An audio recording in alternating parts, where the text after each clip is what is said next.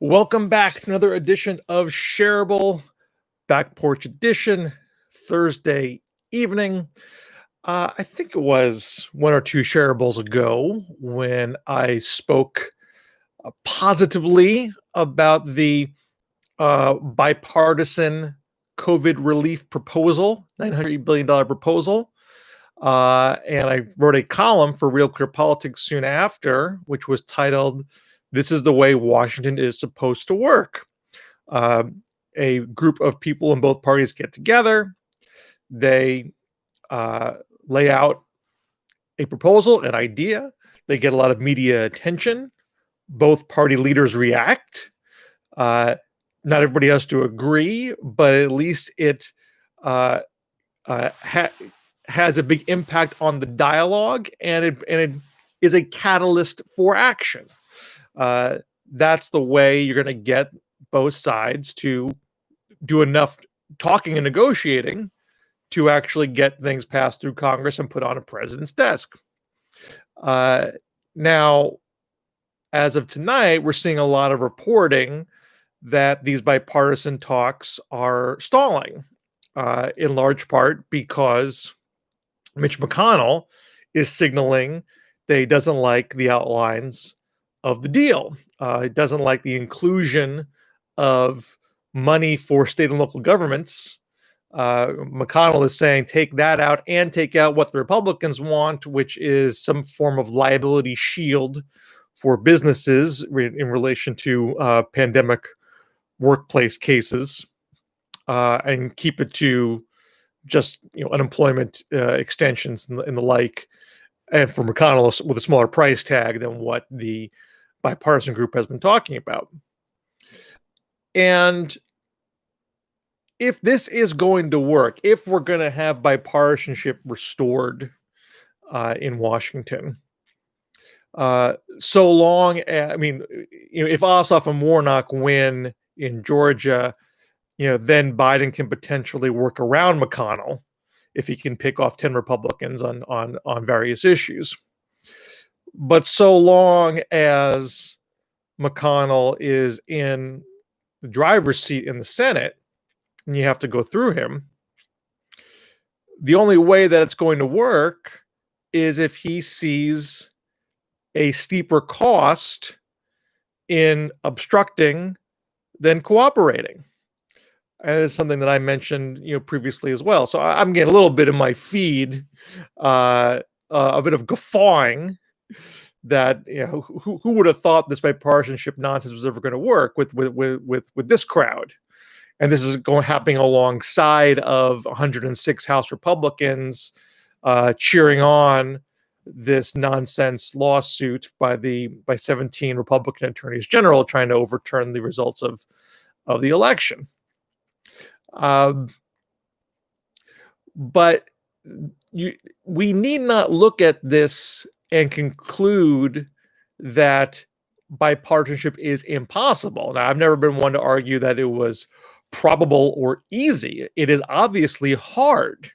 It is obviously it would require at least leadership, and that's not even sufficient. It's going to require some very savvy politics and a lot of gumption. In particular here, the people in this bipartisan group, is particularly the Republicans, but I think the Democrats as well. So Romney, Collins, Murkowski, Cassidy, Manchin, Mark Warner, I believe Maggie Hassan's in there as well. I might be missing one or two. I apologize if I'm forgetting somebody. They need to be seizing the microphones right now and putting the blame on McConnell. McConnell has to feel the heat. And he can't feel the heat if it's just coming from Schumer and Pelosi, because McConnell can't withstand that. You need these Republicans who've done, at least something to stick their necks out and put an idea on the table. They need to take the next step. And this is not just me being a scold. This is me saying, if you want to accomplish what it is you say you want to accomplish, you want to get this proposal passed, you need to identify the obstacle and put pressure on that obstacle to get out of the way. And if they're too namby-pamby to do that, well, then they will not have the power that they seek. They want to be in a position where they can legislate, that they can do things, that they can deliver for their constituents. And if they can't put the hurt on McConnell when he's in the way, then McConnell calls the shots. That's just basic political math. Now, there's one other thing that the bipartisan group has to do, which they have not done, is to actually complete their proposal. They haven't finished negotiating this trade-off between the state and local funding and the liability shield. The old adage, you can't beat something with nothing. Now, they have, I would say, more of something than what McConnell has. But they need to finish it. And I understand the complaint that they're working under a compressed time schedule, but they chose to make their proposal when they did. They chose to operate on a short time frame. If they could have gotten their act together, a lot earlier if they wanted to, they didn't. But you want to play the game of chicken, you want to play the game where the looming deadline forces action. Well, then you need to operate within that time frame and finish the negotiation, have the legislative language, so you can say, we have the deal. We have the package that attracts support from both sides. And if you're not for it, then you are the problem.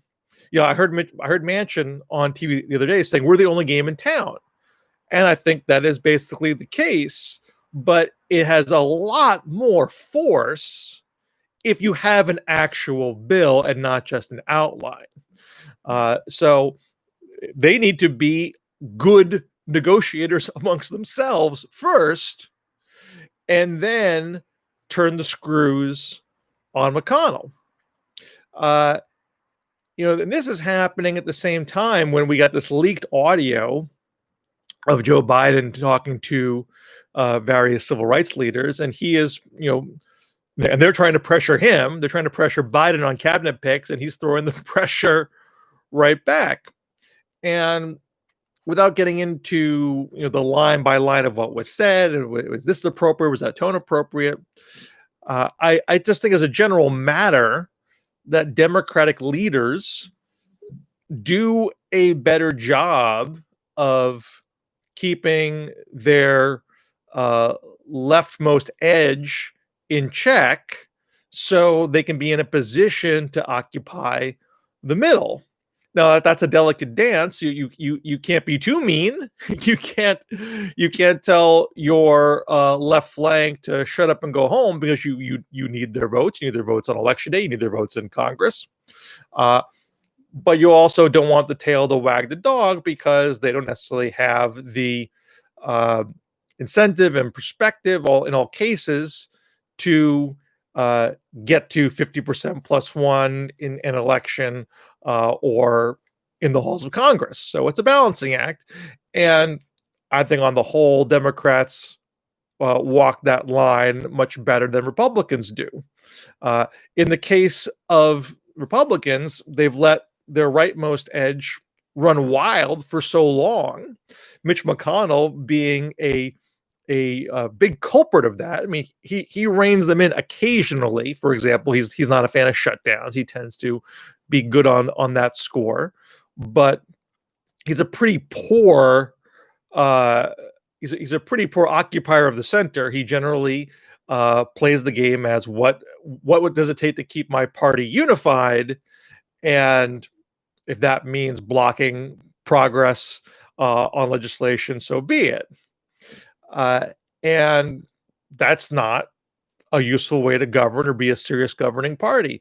So it's now up to Collins, Romney, Murkowski, Cassidy, anybody else who wants to join the party.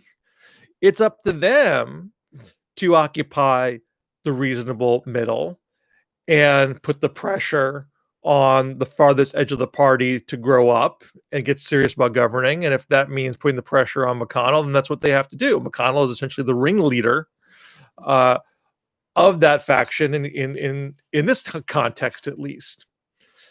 So I'm not here. I've been a relatively lonely voice saying bipartisanship is not just worth pursuing, but necessary to pursue if we're going to get things done. It's not that bipartisanship is always produces glorious legislation that solves all of our problems. It's the question of doing something over doing nothing. And particularly in a narrowly divided Senate, that's even more obviously the case than ever. But if our moderates are not good leaders and are not savvy tacticians, then yeah, it's not going to work. So they've done the first step, which is they've begun to step up, and now they need to follow through and show they have the moxie to finish the job. And if they can't do that now on an issue with heightened urgency, then the only remaining hope is that Warnock and Ossoff win next month, and that at least sidelines McConnell to some degree. At least McConnell doesn't control the floor. And then even at that point, you still have the challenge of getting 10 Republicans to get things done. So it'd be far better for these Republican moderates to prove themselves now, as opposed to trying to wait to see what happens after the runoff. And so they've taken this test on, and we'll see if they pass the test. Thank you for listening. Remember, if you want to support these YouTubes, you should subscribe to the channel. You should support this on Patreon, patreon.com/BillShare and beyond.